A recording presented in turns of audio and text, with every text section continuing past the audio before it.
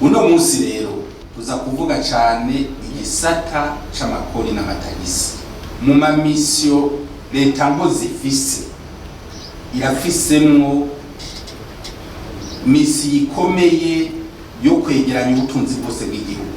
Twifuza yuko nkuko twabitumwe na leta, twifuza yuko amakori n'amatagisi yose atozwa yose aja mu bigega by'amakomine, ibigega vya meri ya Bujumbura, ibigega vya leta. Nico twifuza.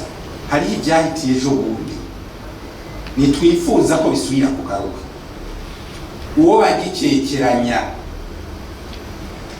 twaraje kandi tuza kubishitsa ko ingufu zose turazifise. Dufise ingufu za bene igihugu, ubushikiranganje bw'intwaro hagati mu gihugu, iterambere rusange n'umutekano, uri kumwe n'igipolisi, uri kumwe na administration. None ico cyo tunanira n'iki? Sinza kubabisha mu gisagara gusa. Twarahuye n'inzitizi zimwe zimwe zivuye ku bantu bari bafise mu inyungu, ariko mu gisagara aho byabaye udubi. Sinumva ukuntu hashobora kubaho bari umusitanteri atobayo nezerwa cyane turiko turatoza amafaranga. Sinumva umushefu de zone atonezerwa cyane turiko dutoza amafaranga aduga ku buryo butari bwabonekana. Ayo mafaranga ubushikiranganje hagati mu gihugu, iterambere rusange n'umutekano burayatoza, nta faranga namwe gutwara, aja kubigega mu bigega by'igisagara ca Bujumbura. Nagira mbwire abantu bose basize mu inzitizi, duhagarike.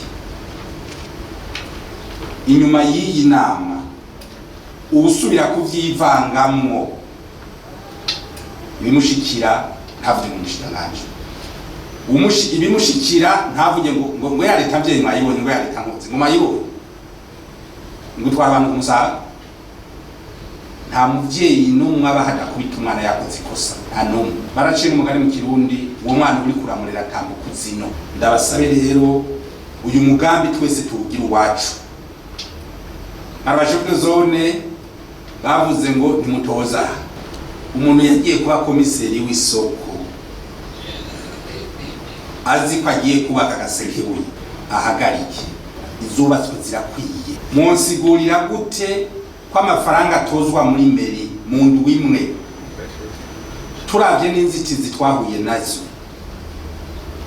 Ubushikiranganje ariko buratoza burenza ku miliyoni 121, imiliyoni 121 mu ndwi imwe. Twarengeje kuri mwahora mutoza mu gisagara cyacu.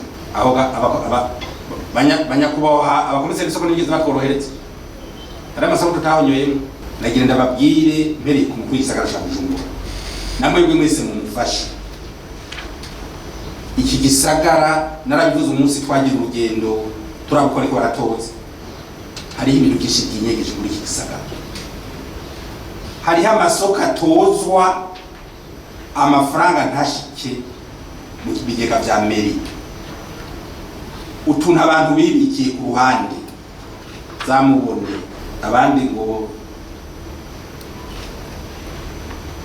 muri babona igisagara neza, baca babwira abo twatumye ngo bamenye imito. Umukozi ariko aragukorera gutoreza amafaranga nk'ayarenga umome n'umutwe